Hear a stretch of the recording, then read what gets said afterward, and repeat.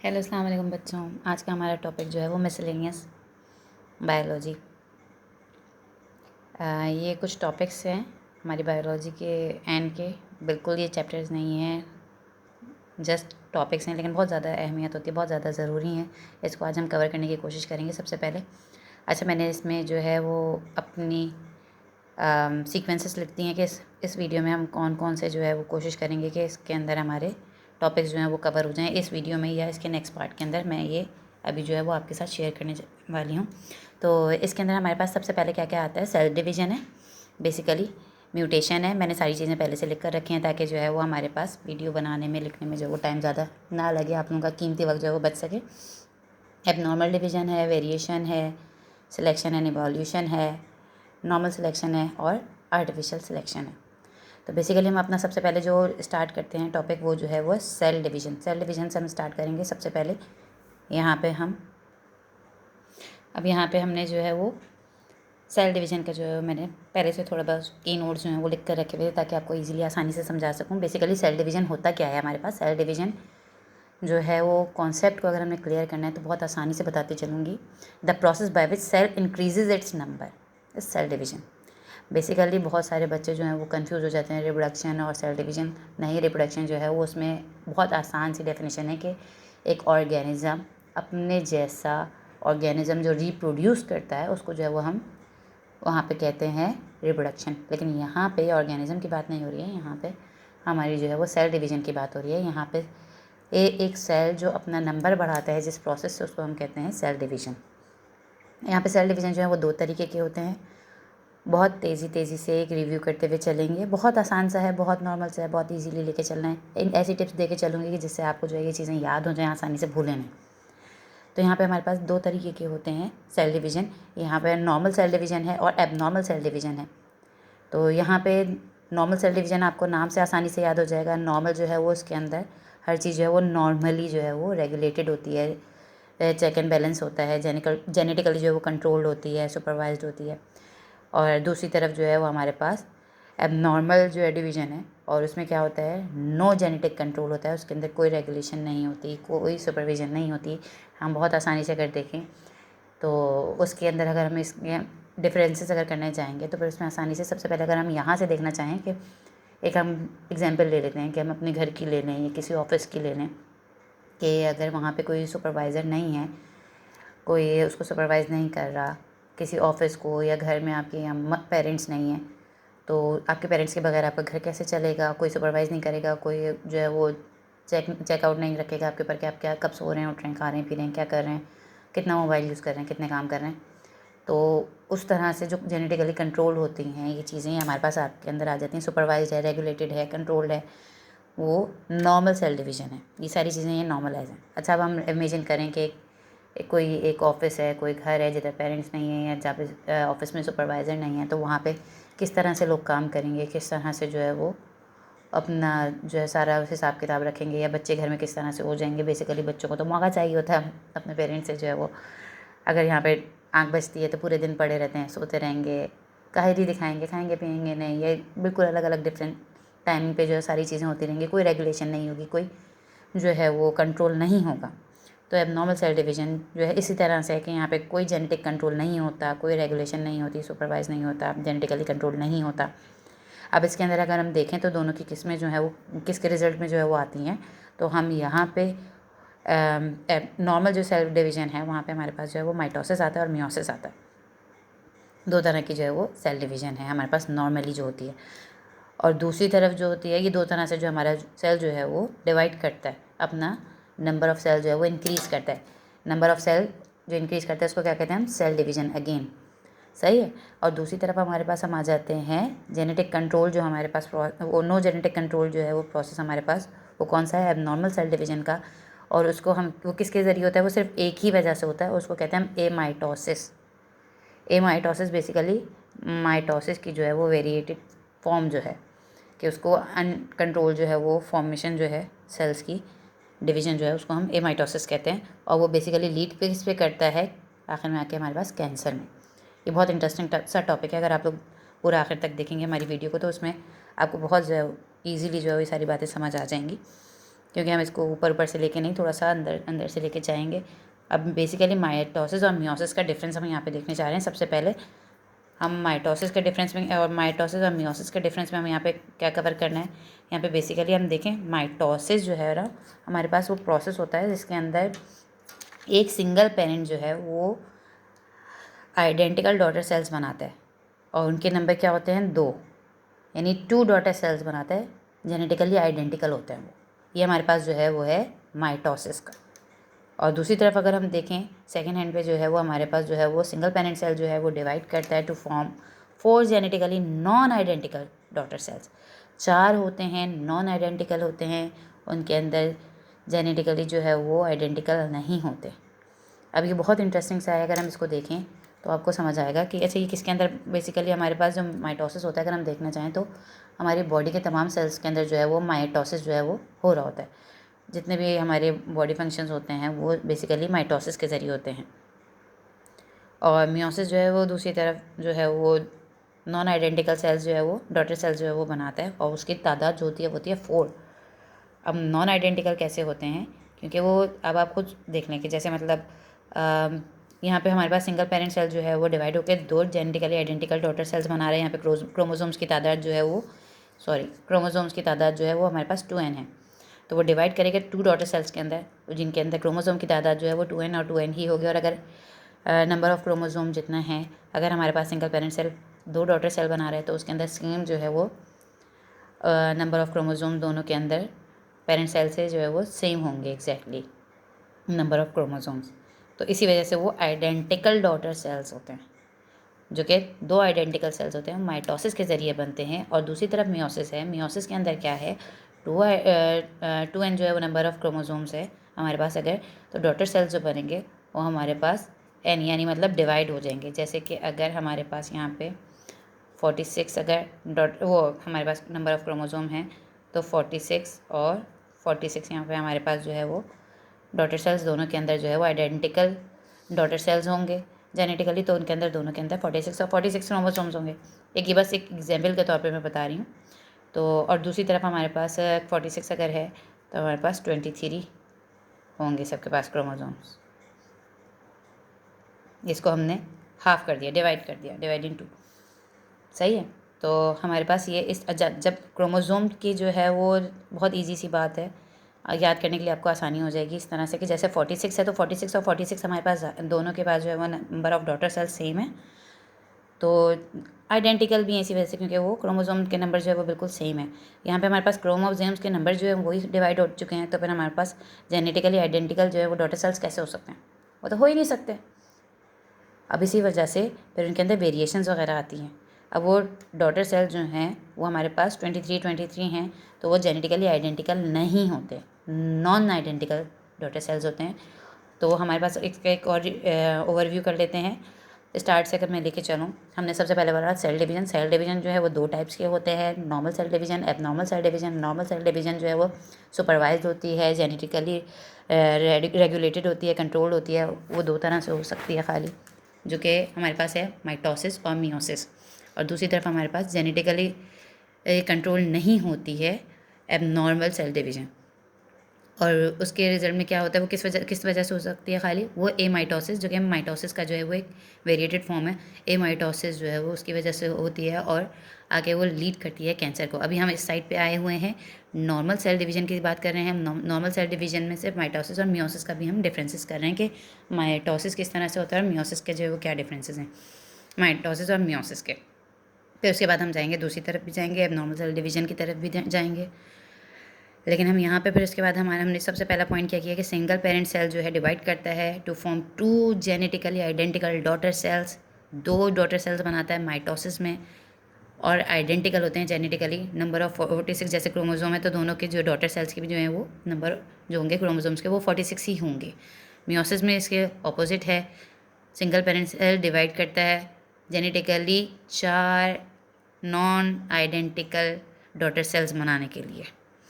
और इसमें जैसे बहुत अच्छी सी एग्जांपल है आसानी से कि याद करने के लिए कि 46 अगर नंबर ऑफ़ क्रोमोसोम्स हमारे पास है तो उसमें जब पेरेंट सेल डिवाइड करेगा, 4 डॉटर सेल्स बनाएगा, तो सबके अंदर नंबर ऑफ़ क्रोमोसोम जो होंगे वो डिवाइड कर जाएंगे बाय 2, यानी 23 23 और 23 हमारे पास क्रोमोसोम्स आ जाएंगे। जब क्रोमोसोम के नंबर ही हमारे पास एग्जैक्ट सेम नहीं है हमारे पास, इस वजह से ये जेनेटिकली आइडेंटिकल भी नहीं हो सकते, सारी प्रॉपर्टीज़ इनकी सेम नहीं हो सकती। अच्छा, फिर उसके बाद हम आते हैं माइटोसिस के अंदर। तो माइटोसिस जो है वो occurs in all body cells. Body cells यानी सोमेटिक सेल्स, सोमेटिक सेल्स कहते हैं बॉडी सेल्स को। ये हर बॉडी सेल्स के अंदर जो है वो माइटोसिस के ज़रिए जो है वो हमारे सेल डिवीज़न होती है। हमारे स्किन के सेल्स हो गए, किसी भी ऑर्गन के सेल हो गए, या हमारे पास जो है वो बोन्स के सेल हो गए, फ्लैश ब्लड सेल्स हो गए, सारे जो हैं वो सोमेटिक सेल्स, हमारी बॉडी के सेल्स जो हैं वो माइटोसिस के ज़रिए जो है वो सेल डिवीज़न जो है उनकी होती है। और मियोसिस की अगर हम बात करते हैं तो meiosis only occurs in gonads, यानी ओवरीज, टेस्टिकल, और अगर हम प्लांट्स की बात करें तो एंथर, इनके अंदर हमारे जो है वो मियोसिस जो है वो पाया जाता है। अच्छा, यहाँ पे एग्जामिनर हम सब बच्चों को जो है वो कंफ्यूज भी कर रहा होता है हमारे के मियोसिस के जो है ना वो हम एग्जांपल दे देता है कि किसके अंदर करते हैं, तो उसके अंदर वो क्या करते हैं, रिप्रोडक्टिव ऑर्गन्स कर देते हैं। तो जैसे कि ऑल रिप्रोडक्टिव ऑर्गन्स के अंदर ये नहीं पाया जाता, इसको अपने गिरा में बांध लेना है कि ये रिप्रोडक्टिव सेल्स के वो ऑर्गन्स के अंदर नहीं, सिर्फ गोनेड्स में, यानी फीमेल अगर है तो ओवरीज में, और अगर मेल है तो टेस्टिकल्स में, और प्लांट है तो एंथर में। सिर्फ इन चीज़ों में जो है वो मियोसिस जो है वो अगर होता है। अगर कोई ये कहे कि यूट्रस में या इन चीज़ों में अगर आते हैं आपके पास ऑप्शन, तो आप ये सोच के कि रिप्रोडक्टिव ऑर्गन है तो उसके अंदर नहीं, सिर्फ ओनली वो ऑर्गन जो कि प्रोड्यूस करते हैं जेनेटिकल, यानी मतलब आपके जीन्स जो है वो प्रोड्यूस कर रहे होते हैं बेसिकली गोनेड्स, यानी ओवरीज और टेस्टिकल्स, तो उसके अंदर खाली जो है वो हमारा जो है वो मियोसिस होता है। कि यानी फीमेल में ओवरीज में जो है वो एग्स रिलीज़ होते हैं, टेस्टिकल में जो है वो आपके पास स्पर्म रिलीज़ होते हैं, तो वहाँ पे जो फॉर्मेशन होती है वो मियोसिस के ज़रिए होती है। अच्छा, अब यहाँ पे हम आ गए हैं एक और, हमने यहाँ पे थोड़े से डिफरेंसेस और लिखे हुए हैं, मैंने यहाँ पे लिख कर रखे थे, बहुत रफली मैंने लिखे हैं ताकि मेरा टाइम जो है वो बच जाए आप लोगों का, बहुत कीमती जो होता है। तो यहाँ पे नंबर ऑफ़ क्रोमोसोम जो है यहाँ पे अगर हम देखते हैं तो माइटोसिस के अंदर जो है वो सेम रहता है। अभी मैंने आपको यहाँ पे पहले भी दिखाया था कि जब हमारे पास 46 अगर पेरेंट सेल के क्रोमोसोम हैं के नंबर है, तो डॉटर सेल जो 2 होंगी उसके अंदर, दोनों के अंदर 46 और 46 नंबर ऑफ़ क्रोमोसोम जो है वो सेम होगा। तो chromosome remain same from parent to daughter cells. और दूसरी तरफ अगर हम इसी का वो देखें तो बरअक्स होता है, number of chromosomes reduces to half from parent cells to daughter cells. मैंने क्या कहा था अभी पहले भी मैं कह चुकी थी कि इन्होंने ये क्या होता है इसमें मियोसिस के अंदर आपका जो नंबर ऑफ़ क्रोमोसोम होता है वो डिवाइड कर जाता है 2 से, यानी हाफ हो जाता है। तो अगर हमारे पास पेरेंट सेल जो है वो 46 है उसका नंबर ऑफ़ क्रोमोसोम, तो डॉटर सेल्स के अंदर क्या हो जाएगा 23 और 23। ये हमारे किसके अंदर है, ये मियोसिस के अंदर हमारा जो है वो सारा काम हो रहा होता है कि नंबर ऑफ़ क्रोमोसोम जो है वो रिड्यूस कर जाता है from parent cells to daughter cells. और कितना रिड्यूस कर जाता है, वो हाफ हो जाता है। सही है। अच्छा, अब यहाँ पे फिर हम आ जाते हैं माइटोसिस की तरफ। तो mitosis no genetic recombination occurs. Recombination कैसे होगा, जब आपके पास एग्जैक्टली सेम आइडेंटिकल है आपकी डॉटर सेल्स, तो जेनेटिक रिकॉम्बिनेशन कैसे होगा, पॉसिबल ही नहीं है यहाँ पे हमारे पास के हो सके। एक चीज़ है आपके पास, आपकी पूरी कंप्लीट है, आप ये जैसे मतलब एक जार है आपके पास, आप उसके अंदर सारी जो है वो आपने कोई भी चीज़ जो है वो भरी हुई है, या एक मतलब नॉर्मल मिट्टी भरी हुई है, ये समझ लें आप जैसे। तो आपने नॉर्मल फुल मिट्टी जो है वो भरी हुई है उसके अंदर, और फिर उसके बाद आपने आगे जो उसमें जार में से मिट्टी डाली छोटे वाले जार्स के अंदर, उसके अंदर भी आपने फुल पूरी में जो है वो उसको फिलअप कर लिया। और दूसरी तरफ अगर हम यानी अगर उसके अंदर हम कॉम्बिनेशन अगर करना चाहेंगे तो कैसे करेंगे, वो ऑलरेडी फुल है ना, वो तो उसके अंदर अब कॉम्बिनेशन हो ही नहीं सकता। यहाँ पे बहुत आसान सी चीज़ है, क्योंकि 46 है नंबर, अगर आपने खाली ये याद कर लिया तो आपके ज़्यादातर चीज़ें वो आपकी बहुत ईजीली और आसान हो जाएंगी कि यहाँ पे माइटोसिस के अंदर जेनेटिक रिकॉम्बिनेशन जो है वो होता ही नहीं है, क्योंकि ऑलरेडी 46 और 46 क्रोमोसोम्स आपके पास जो है वो जीन्स के जो है वो ट्रांसफ़र हो चुके हैं डॉटर सेल्स के अंदर दोनों। अच्छा, यहाँ पे अगर हम दूसरी तरफ देखते हैं तो मियोसिस के अंदर जेनेटिकली रिकॉम्बिनेशन जो है, जिसको हम क्रॉसिंग ओवर कहते हैं, वो इसके अंदर पाया जाता है। क्योंकि देखें यहाँ पे हमारे पास मैंने आपको बताया था 46 है नंबर ऑफ़ क्रोमोसोम पेरेंट का, तो वो डिवाइड कर जाता है 2 से, तो जब 2 से डिवाइड कर जाता है तो फिर उसके अंदर अब एक मैंने उसी जार की मैं मिसाल देती हूँ। इस जार में से आपने फुल जार में से आपने 2 छोटे जार्स के अंदर आपने मिट्टी जो है वो आपने आधी आधी भर ली। तो अब आपके पास यहाँ पे रिकॉम्बिनेशन करने के लिए कि आप उसमें चाहें तो पत्थर भी डाल सकते हैं या आप चाहें तो दूसरी किस्म की मिट्टी डाल सकते हैं, बजरी डाल सकते हैं, सीमेंट डाल सकते हैं। आप उसको कॉम्बिनेशन जो है वो उसका आपके पास ईजीली आप उसके अंदर कर सकते हैं। तो genetic recombination named crossing over जो है वो इसके अंदर पाया जाता है। किसके अंदर? मियोसिस के अंदर। क्यों? क्योंकि इसके अंदर नंबर ऑफ डॉटर सेल्स के क्रोमोसोम जो हैं वो डिवाइड कर जाते हैं फ्रॉम पेरेंट सेल्स। सही है। अच्छा, माइटोसिस जो है वो does not result in variation और डाइवर्सिटी। अब एग्जैक्ट फिर हम उसी पॉइंट पे आ जाते हैं। 46 हमारे पास क्रोमोसोम का नंबर है, 46 से 46 आपके पास डॉटर सेल्स के अंदर दोनों जो है वो ट्रांसफ़र हो जाता है एग्जैक्टली सेम। तो माइटोसिस के अंदर वेरिएशन कोई नहीं आ सकती, डाइवर्सिटी कोई भी नहीं आ सकती आपके पास। कोई वेरिएशन उस वक्त होती है कि जब आपके पास रिकॉम्बिनेशन की या किसी चीज़ की गुंजाइश मौजूद होती है, लेकिन जब रिकॉम्बिनेशन हो ही नहीं सकता तो फिर डाइवर्सिटी कैसे आएगी, वेरिएशन कैसे आएगी। और दूसरी तरफ हमारे पास क्या है कि ये मियोसिस जो होता है ना वो रिस्पॉन्सिबल होता है डाइवर्सिटी का, वेरिएशंस का, और इसको हम पे क्या कहते हैं? इवोल्यूशन कहते हैं। जो इवोल्यूशन जो हो रही होती है वो बेसिकली वो किसकी वजह से होती है? वो होती है मियोसिस की वजह से। तो मियोसिस जो है वो बहुत आसान तरीके से मैं आपको बता रही हूँ ये चीज़ें कि अगर आप चाहें तो कान में जो है वो हेडफोन लगा के आप इजीली अपने काम करते हुए भी 1-2 दफ़ा इसको सुन लेंगे रिपीटेडली, आपको जो है वो चीज़ें याद हो जाएंगी। मैं बार बार इसी वजह से कह रही हूँ कि इवोल्यूशन जो है वो उसका रिस्पॉन्सिबल कौन होता है? मियोसिस होता है।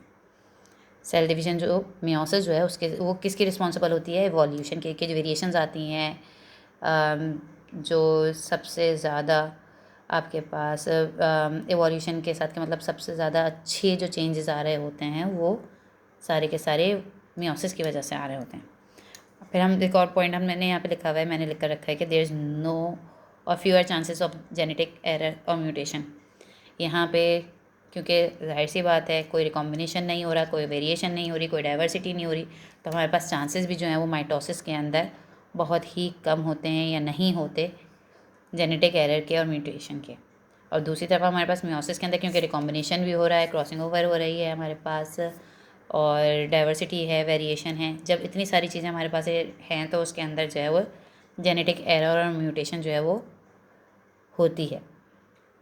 अच्छा, यहाँ पे फिर इसके बाद एक और लास्ट पॉइंट जो मैंने यहाँ पे लिखा हुआ है वो ये है कि रैपिड और सिंपल होता है प्रोसेस किसका? माइटोसिस का। बहुत जल्दी जल्दी, जैसे अगर आपकी कोई वेयर एंड टेयर की सिचुएशन आ जाती है, आपकी कहीं चोट लग जाती है, कुछ भी हो जाता है, तो वहाँ पे माइटोसिस जो है वो उसके ज़रिए आपके बहुत जल्दी जो है वो घाव जो है वो भर जाते हैं। बच्चों की हड्डी भी टूट जाती है तो वो भी जो है माइटोसिस की वजह से वापस जो है वो अपनी जगह पर जो है वो वापस से जुड़ जाती है। कोई स्किन के अंदर आपके क्या कहते हैं वेयर एंड टेयर की कंडीशन होती है तो वो भी वापस अपने पास कुछ टाइम के अंदर वहाँ पे एक खुरन सा बनता है, वो इजीली कवर अप हो जाता है। आपकी बॉडी जो है वो कोप अप कर जाती है। वो किस वजह से? वो माइटोसिस की वजह से करती है। और यहाँ पे अच्छा, अब हमारे जहन में कि बहुत सारा अगर जैसे देखा जाए बेसिकली कि अगर दूसरी तरफ यह है तो कि ये प्रोसेस जो होता है ना वो लेंदी होता है और कॉम्प्लिकेटेड होता है।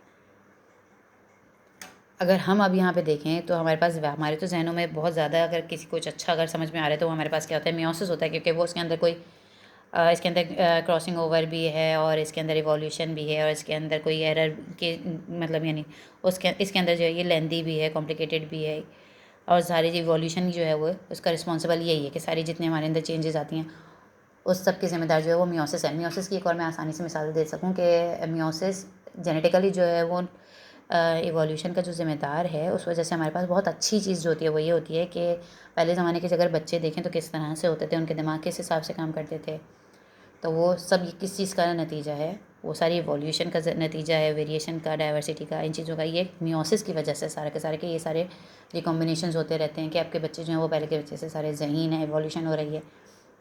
ये यहाँ पे बेस्टेस्ट जो होता है वो दुनिया में जो वो रहता है, ये इवोल्यूशन की वजह जो है वो मियोसिस है बेसिकली।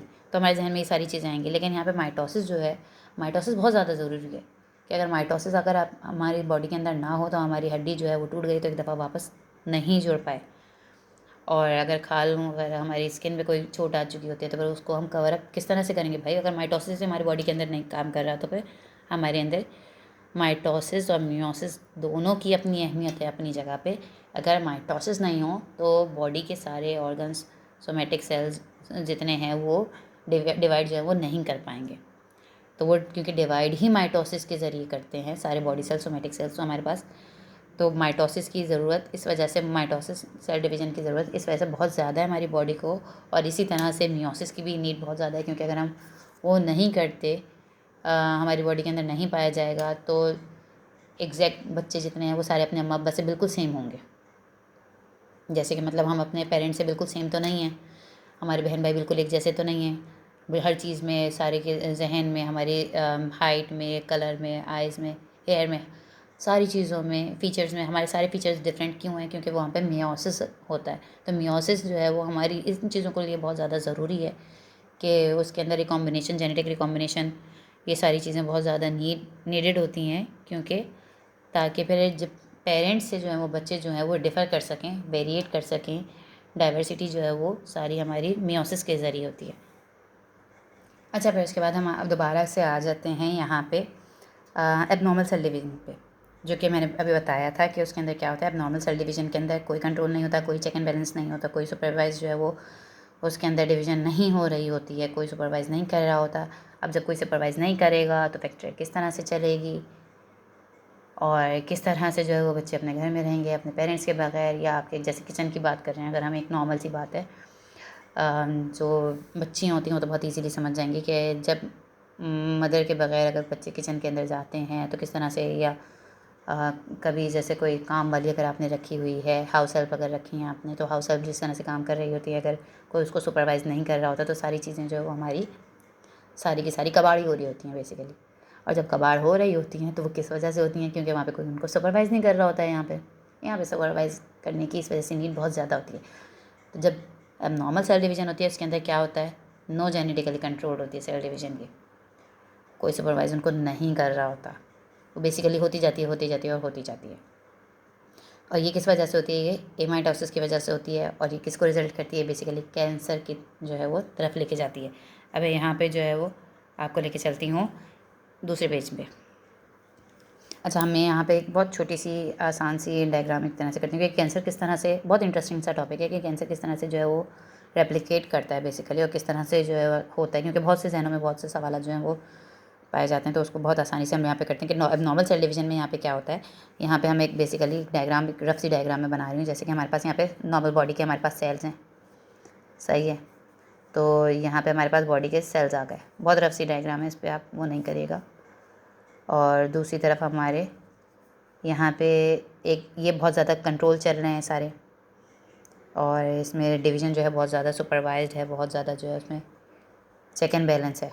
और लेकिन अब यहाँ पे जहाँ से क्या होगा, म्यूटेशन होगी, म्यूटेशन। अच्छा, यहाँ पे क्या होता है बेसिकली, मैं आपको वापस से सेल डिवीज़न की तरफ लेकर आई हूँ कि यहाँ पे जब सेल डिवीज़न में जो है वो कोई जेनेटिक कंट्रोल नहीं होगा, और जीन जिनको हम यहाँ पे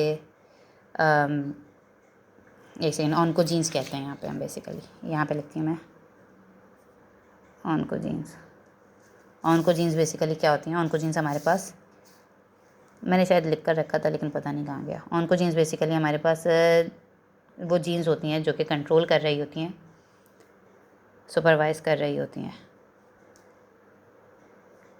सारे के जो है वो जेनेटिक डिवीज़न को, जो है वो ऑन्कोजीन्स जो हमारी वो सुपरवाइज़ कर रही होती हैं, कंट्रोल कर रही होती हैं। अगर इसके अंदर हमारे म्यूटेशन आ जाए,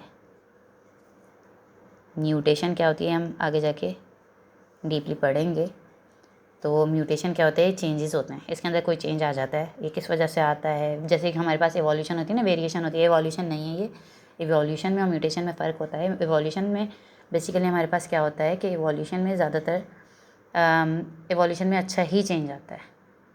सर्वाइवल फॉर द बेस्ट जो होता है ना, कि इस दुनिया में जो बेस्ट है वही सर्वाइव करता है, तो वो एवोल्यूशन जो है वो ये काम करती है हमारे पास। लेकिन म्यूटेशन जो है वो ज़्यादातर जो है हमारे पास अच्छा नहीं होता। बहुत रेयर केसेस होते हैं कि आपके पास म्यूटेशन जो है वो अच्छा हो जाए, लेकिन इस तरह के चांसेस बहुत कम होते हैं। ऐसा नहीं कि जैसे कि फ़िल्मों में दिखाया जा रहा होता है, इस तरह से नहीं होता। म्यूटेशन जो है वो बहुत रेयर केसेस में जो है वो अच्छे की तरफ लेके जाता है आपके पास, वरना पे म्यूटेशन की वजह से ज़्यादातर अनकंट्रोल जो है वो सेल डिवीज़न होती है।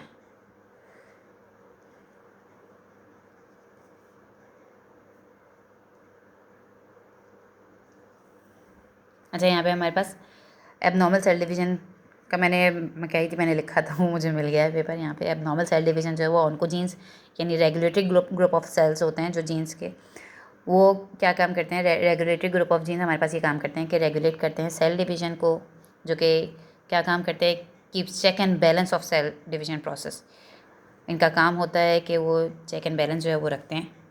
और यहाँ पे कि डिवीज़न किस तरह से हो रही है, अब नॉर्मली तो नहीं हो रही, जैसे कि यहाँ पे एक सुपरवाइज़र फैक्ट्री के अंदर या किसी आपके ऑफिस के अंदर जो है वो काम कर पे जो है वो ध्यान रख रहा होता है कि सब जितने भी कुलीग्स हैं, जितने भी एम्प्लॉयज़ हैं, वो टाइम पे आ रहे हैं, नहीं आ रहे हैं, अपना काम सही से कर रहे हैं, नहीं कर रहे हैं। जैसे कि एक टीचर जो अपने स्टूडेंट्स के ऊपर ध्यान रख रही होती है कि बच्चे अच्छी तरह से पढ़ रहे हैं, नहीं पढ़ रहे हैं।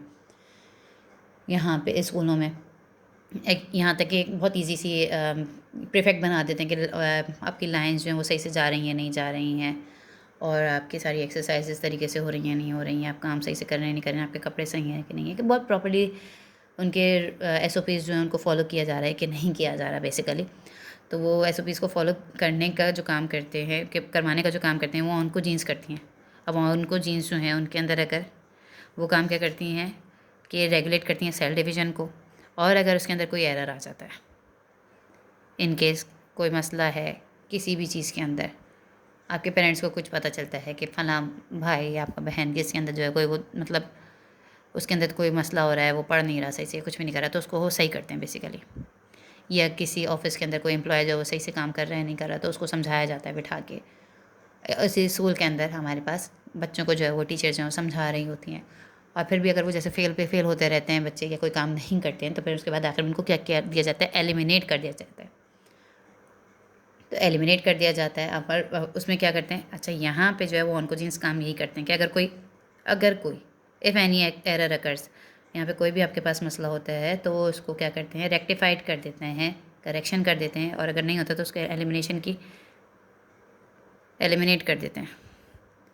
क्योंकि हमारे पास लिम्फोसाइट्स वगैरह भी जो है वो लिम्फेटिक सिस्टम, आपका ड्रेनेज का सिस्टम जो है वो इसीलिए है बॉडी के अंदर, तो वो आपका काम करते हैं ऑन्कोजीन्स के, उसको रेक्टिफाइड कर देते हैं, करेक्शन कर देते हैं। और अगर हमारे पास यहाँ के अंदर मसला ही अगर ऑन्कोजीन्स के अंदर आ जाए कि वही जो है वहाँ पे हमारे पास जो है वो म्यूटेशन हो जाए, अगर हमारे पास यहाँ पे मैं यहाँ पे लिख देती हूँ, इतना थोड़ा बहुत तो लिख सकते हैं, म्यूटेशन हो जाए अगर किसके अंदर, ऑन्कोजीन्स के अंदर, उन रेगुलेटरी ग्रुप ऑफ जीन्स के अंदर, जो कि हमारी सारी चेक एंड बैलेंस रख रहे थे डिवीजन ऑफ सेल के अंदर, उसके अंदर अगर कोई मसला आ जाए तो फिर वो क्या करेगा, यहाँ पे रेगुलेट करेगा, नहीं करेगा, और फिर वो क्या करेगा, डायरेक्ट यहाँ पे जब सेल की जो है वो डिवीज़न होती रहेगी तो वो चेक एंड बैलेंस यहाँ पे हमारे पास नहीं होएगा। जब चेक एंड बैलेंस नहीं होगा तो कोई इशू आएगा, कोई भी एरर आता है, तो फिर उसके बाद वो क्या करता है, फॉर्मेशन ऑफ एबनॉर्मल सेल्स, यहाँ पे एबनॉर्मल सेल्स की जो है वो यहाँ पे फॉर्मेशन होने लग जाती है। और फिर उसके बाद क्या होता है, जब एबनॉर्मल सेल जो है वो डिवाइड करना शुरू हो जाते हैं, एबनॉर्मली डिवीजन होनी शुरू हो जाती है, तो उसके अंदर क्या होता है, वो कैंसर को लीड कर जाते हैं। तो कैंसर बेसिकली हमारे पास होता क्या है, कैंसर ये है कि एबनॉर्मली जो है वो सेल जो है वो डिवाइड होने शुरू हो जाते हैं, किसके ज़रिए से, एमाइटोसिस के ज़रिए से। मैं फिर से लिख देती हूँ कि फिर बच्चे पूछते हैं बार बार कि ये सेल जो है वो कैंसर जो है किस तरह से फैलता है, वो एबनॉर्मली जो है वो सेल डिवीजन की वजह से फैलता है, एमाइटोसिस के प्रोसेस के ज़रिए, कि वो एक नॉर्मली एक जिस टाइम के अंदर आपके सेल को बनना था, इतने टाइम पीरियड के अंदर सेल डिवाइड करेंगे, इस हिसाब से डिवाइड करेंगे, फिर इतने बड़े होंगे, इतना वेट करना है उनको कि इतना, कि फिर उसके अंदर वो अपनी ग्रोथ का जो है वो टाइम का जो है वो देखेंगे, और उसके बाद जो है वो फिर उसके बाद डिवाइड करेंगे। तो ये जो होता है ये सारा सुपरवाइज्ड काम है, सारा का सारा जो है वो रेगुलेटरी वर्क चल रहा होता है कि माइटोसिस और मियोसिस में इन चीज़ों में इस तरह से चल रही होती हैं ये चीज़ें। और एमाइटोसिस के अंदर क्या होता है, फिर कोई रेगुलेशन नहीं होती है, कोई भी जो है वो सुपरविजन नहीं हो रही होती है, तो फिर वो क्या करते हैं कि जैसे कि अगर हमारे एक सेल का साइज़ जो है वो बड़ा होता है, कि मतलब हमारा सेल जो है वो डिवाइड करना है 4 में डॉटर सेल्स के अंदर, और फिर उसके बाद एक ये जब हमारे पास उसी साइज़ का आ जाएगा कि डॉटर सेल्स के जिस तरह के उसके पेरेंट साइज़ के जो साइजेस थे, फिर उसके बाद जाके वो डिवाइड करना शुरू करेगा। तो उस तरह से हमारे पास जो है वो नॉर्मल चल रही होती है। यहाँ पे क्या होता है, माइटोसिस के अंदर डिफरेंट होता है, बिल्कुल ऑपोजिट हो जाता है। वो क्या करता है, वो बस उसको डिवाइड होना होता है, कोई चेक एंड बैलेंस नहीं है, कोई वो नहीं है, कोई रूल नहीं है, कोई SOPs का ख्याल नहीं है, बस उनको डिवीज़न करनी है। अब वो डिवीज़न करते चले जाएंगे, यहाँ पे डिवीज़न होती चली जाएगी। जब डिवीज़न होती चली जाएगी यहाँ पे तो वो एसओपीज़ का ख्याल नहीं हो रहा है, कोई रेगुलेशन नहीं है, तो वो बड़े होने का वेट नहीं करेंगे कि वो थोड़ा सा जो टाइम जो है वो अपनी ग्रोथ पे अपने उस पर नहीं लगाते, फिर वो बस उनको जो है वो एबनॉर्मली जो है वो डिवीज़न वो करते रहते हैं बार बार। तो एबनॉर्मली डिवीज़न जो होती है तो फिर वो उस का साइज़ का होने का वेट नहीं कर रहे होते और फिर वो डायरेक्टली जो है वो डिवाइड होना शुरू हो जाते हैं। तो बेसिकली सेल्स जो होते हैं, कैंसर सेल्स, अगर आप उसमें माइक्रोस्कोपिक स्टडीज़ होती हैं उसके अंदर अगर हम देखें तो कैंसर सेल्स का साइज़ जो होता है वो छोटा भी होता है बहुत, बाकी नॉर्मल सेल के साइज़ के हिसाब से, क्योंकि वो अपने कोई एसओपीज़ जो हैं वो फॉलो नहीं कर रहे होते हैं, वो बस उनको डिवाइड होना होता है, तो वो डिवाइड होते चले जाते हैं बेसिकली बार बार। यहाँ पे जो है वो अब मैं वापस अपने पेज पर आ गई हूँ कि मैंने बताया था, फिर से एक दफ़ा दोबारा जो है वो रिवीजन कर लेते हैं इसका, कि ऑन्कोजीन्स जो कि सुपरवाइज़ कर रही होती हैं जेनेटिकली, जो आपके सेल जो होते हैं जो कंट्रोल कर रहे होते हैं सेल डिवीज़न को, ग्रुप ऑफ जीन्स जो होता है ऑन्कोजीन्स जिसको हम कहते हैं, वो अनकंट्रोल सेल डिवीज़न अगर उसका हो रहा होता है तो उसको कंट्रोल नहीं कर रहा होता, म्यूटेशन हो जब उनके अंदर होती है तभी होता है सारा काम। तो म्यूटेशन की वजह से अनकंट्रोल सेल डिवीज़न होती है, अनकंट्रोल सेल डिवीज़न की वजह से हमारे पास यहाँ पे कैंसर जो है वो होता है। अच्छा, कैंसर सेल्स जो होते हैं वो हमारे पास उनका साइज़ जो है यहाँ पे हमने बेसिकली क्या हुआ कि यहाँ पे हमारे पास कैंसर सेल्स जो है वो प्रोड्यूस होने शुरू हो गए। अब जब प्रोड्यूस होने शुरू हो गए हैं यहाँ पे कैंसर सेल, तो बॉडी होगा क्या हमारे पास, अब जब यहाँ पे उससे होता क्या है कि अनकंट्रोल सेल डिवीज़न है, कोई वैसे तो टॉक्सिक नहीं है, लेकिन जब कोई भी काम नहीं हो रहा, एक फैक्ट्री के अंदर, एक ऑफिस के अंदर, एक स्कूल के अंदर सारे के सारे नाकारा बच्चे भरे जा रहे हैं कि जो पढ़ते नहीं हैं, तो होगा क्या कि स्पेस नहीं बचती है किसकी, कि उन बच्चों को तवज्जो नहीं मिल पाती है जो बेसिकली असल में पढ़ना चाह रहे होते हैं या जो कुछ काम करना चाह रहे होते हैं, उन एम्प्लॉइज़ को जो है वो मौका नहीं मिल रहा होता। और घर के अंदर जो बच्चे जैसे पेरेंट्स हैं उनके ऊपर सारे के सारे पैसे अपने खर्च करे जा रहे हैं, अपनी तवज्जो खर्च करे जा रहे हैं कि सारे, जो कि एक बच्चा जो है वो नकारा बैठा हुआ है, तो उसके ऊपर सारी की सारी तवज्जो जाती रहती है और बाकी के पास जो है वो उस हिसाब से तवज्जो नहीं जा पाती, तो उनकी हेल्थ जो है वो कॉम्प्रोमाइज़ कर जाती है। अब यहाँ पे हेल्थ जो किस तरह से कॉम्प्रोमाइज़ करेगी, बाकी सेल की जो है वो यहाँ पे बाकी सेल्स की जो है वो हेल्थ जो है वो कॉम्प्रोमाइज़ कर जाती है यहाँ पे।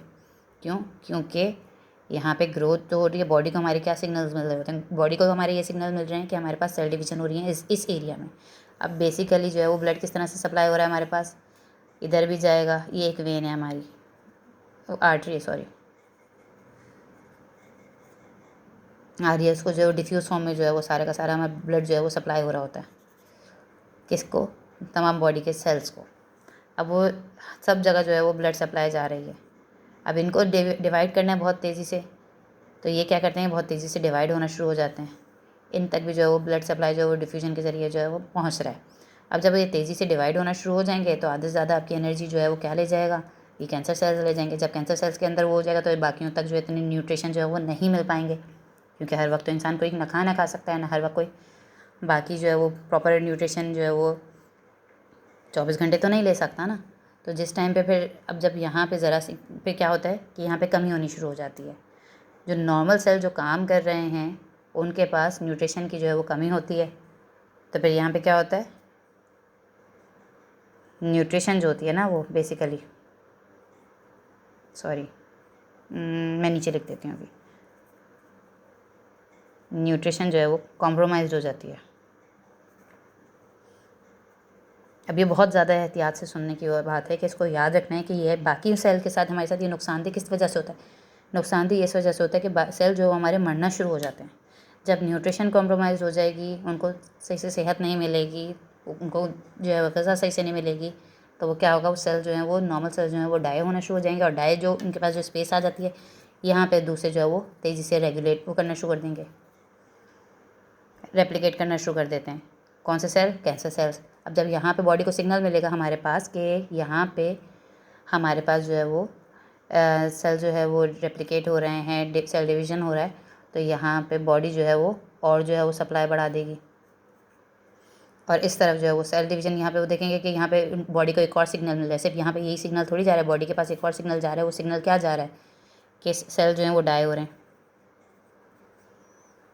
अब सेल डाई हो रहे हैं तो यहाँ पे क्या होता है कि बॉडी कहेगी नहीं और सेल्स बनाओ, और सेल बनाओ मोर, जब मोर सेल्स बनेंगे तो वो कौन से सेल बन रहे होंगे, यहाँ पे हमारे पास बन रहे होंगे कैंसर सेल्स, जो कि बिल्कुल ही बेकार हैं, जो बिल्कुल ही नाकारा हैं। और इनका ये कोई, क्योंकि जाहिर सी बात है साइज़ में भी छोटे हैं, कोई काम भी नहीं कर रहे हैं, कुछ भी नहीं है, बस रेप्लिकेट करने का काम है। तो इनके पास अच्छा सारी की सारी बॉडी की एनर्जी जो है वो भी यही ले जाते हैं डॉक्टर्स। इसी वजह से ज़्यादातर पेशेंट्स को कहते हैं कि कैंसर पेशेंट्स को कि आप अपनी न्यूट्रिशन पे कोई भी कॉम्प्रोमाइज़ नहीं करिएगा और अपनी हेल्थ का ज़्यादा से ज़्यादा ख्याल रखना है। क्योंकि अगर हम यहाँ पे अच्छा अगर इसके हम बरक्स देखते हैं, जैसे खाली कि अगर हम फिर इसके बरक्स अगर हम ये करें कि बॉडी जो है वो सेल मतलब न्यूट्रिशन जो है, क्योंकि सारे का सारे न्यूट्रिशन तो ये सेल ले लेते हैं, तेज़ी से अपने अंदर एब्जॉर्ब कर लेते हैं, दूसरों को मौका नहीं मिल रहा एब्जॉर्प्शन का, सॉरी, तो एब्जॉर्प्शन का जब मौका नहीं मिल रहा है यहाँ पे, तो ये क्या करते हैं, अपने पास अपने अंदर सारे के सारे न्यूट्रिशन जो है वो आधे से ज़्यादा जो है वो अपने अंदर एडजस्ट कर लेते हैं, खुद रेप्लिकेट करते रहते हैं। बॉडी को सिग्नल मिलता है कि सेल डाई हुए हैं। अगर हम यहाँ पे बची कुछ न्यूट्रिशन हमें ये लगता है कि जैसे ये ले रहा है तो सेल जो है वो कैंसर सेल जो है वो रेप्लिकेट कर रहे हैं, इसी वजह से हम न्यूट्रिशन जो है अपनी कॉम्प्रोमाइज़ कर देते हैं। इन केस हमने जो डाइट जो है वो कम कर दी, अपनी डाउन कर दी, तो होगा क्या कि जो बची कुची थोड़ी बहुत यहाँ पे एनर्जी मिल रही थी बाकी सेल्स को, वो भी नहीं मिलेगी, तो नॉर्मल सेल जो है और तेज़ी से डाई होंगे और बंदा जो है वो मर जाएगा। तो अब नॉर्मल सेल डिवीजन में ये होता है। अच्छा, इस वजह से हम ये भी नहीं कर सकते, हमें अपनी बॉडी की बाकी न्यूट्रिशन जो है वो डेफिशिएंसी का ख्याल रखना है कि किसी भी तरह की हमारे पास डेफिशिएंसी ना हो जाए। हमें जब कैंसर होता है अगर किसी को, तो उन चीज़ों का जो है वो बहुत ज़्यादा एहतियात रखनी होती है कि न्यूट्रिशन डेफिशिएंसी नहीं होनी चाहिए। अब न्यूट्रिशन लेकिन सारे एब्जॉर्ब कौन कर रहा है, आधे से ज़्यादा हमारे कैंसर सेल जो है वो कर रहे हैं। तो इसका एक आसान सा हल ये होता है कि इसको जो है वो आपने कीमो करके यानी जला दिया जाए, या एक और हल ये है कि आप इसको ऑपरेट करके इन सेल्स को, इस पार्ट को जो है वो निकाल लें, तो ये तेज़ी से जो है वो रेप्लिकेट नहीं करेंगे। लेकिन अगर हमने इस तरह से नहीं करा यहाँ पे कुछ भी, तो फिर यहाँ पे क्या होता है, पॉसिबिलिटी क्या है, अब यहाँ पे क्योंकि तेज़ी से डिवीज़न तो यहाँ पे हो रही है, यहाँ पे न्यूट्रिशन की डेफिशिएंसी भी हो रही है बाकी जगह, लेकिन यहाँ पे जो है वो कम पड़ रहा है, बॉडी को जो है वो ज़्यादा से ज़्यादा बनते जा रहे हैं, ये स्पेस मिलती जा रही है और ये रेप्लिकेट करते जाएंगे।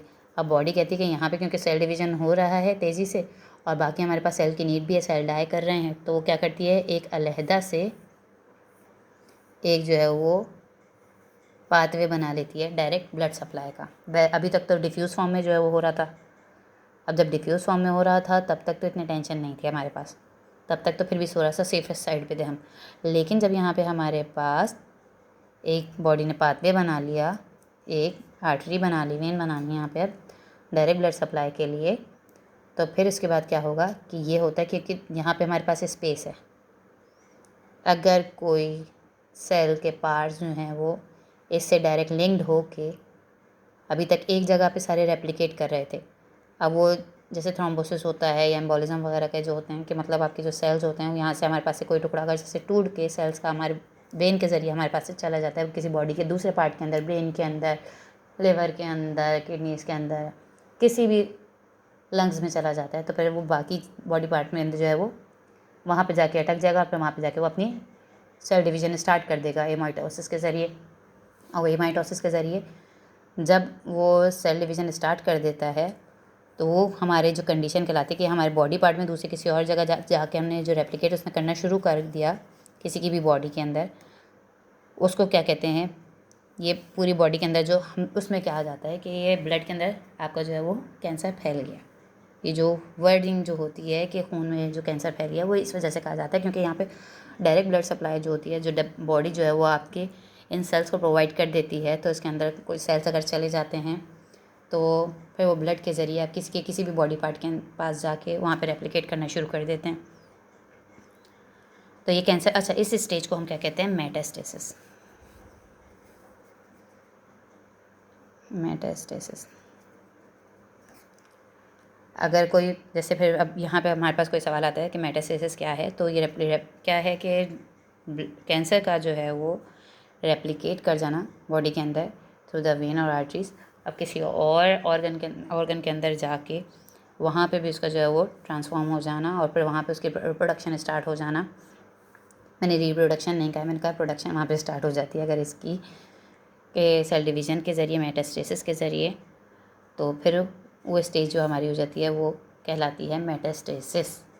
और यहाँ पे फिर हमारे अंदर जो है वो ख़तरा होता है। फिर इसी वजह से क्या करते हैं डॉक्टर्स, बाकी जो पेशेंट आता है तो किसी एक बॉडी पार्ट के अंदर अगर उसके कैंसर है तो उसमें फिर वो क्या करते हैं, वो पूरी बॉडी की स्कैनिंग कराते हैं, सिर्फ उस बॉडी पार्ट पे नहीं छोड़ देते। वो कहते हैं कि अच्छा कैंसर यहाँ पे है तो कितने टाइम से है, और ये चीज़ें देखी जाती हैं, हिस्ट्री देखी जाती है, और फिर इसके बॉडी के बाकी हिस्सों के जो है वो कराई जाती है स्क्रीनिंग के, मतलब और कहाँ कहाँ इसके कैंसर जो है वो डेवलप हो चुका है, क्या आया हुआ है या नहीं हुआ है। मेरी मदर के साथ भी इसी तरह से हुआ था कि उनकी फिर पूरी बॉडी की जो है वो स्क्रीनिंग कराई गई थी कि, और फिर उसके बाद उनको पता चला था कि नहीं उनके तो बोन्स में भी है और उनके ब्लड में भी है। ये चीज़ें जो है फिर उससे कि ये किस वजह से होती हैं, ये मेटास्टेसिस की वजह से होती हैं सारी की सारी। ये और इसका कसूरवार कौन होता है, ये सारे के सारे ऑन्कोजीन्स, जिन म्यूटेशन होती है। अब म्यूटेशन किस वजह से होती है, ये चेंजेस किस वजह से होते हैं, ये इसके भी हम आगे फैक्टर्स पढ़ेंगे। अच्छा वीडियो जो बहुत लेंदी हो चुकी है, बाकी हम अगली वीडियो में करते हैं। ये हमारा पार्ट 1 है, get ready for the part 2। और please like and subscribe my channel if you like my video, और मेरी एफर्ट्स को प्लीज़ थोड़ा सा इनकरेज करिएगा ताकि आइंदा की वीडियोज़ भी आपके लिए बहुत अच्छी अच्छी से बना सकूँ और इससे बेटर बना सकूँ। Thank you so much. अल्लाह हाफिज़।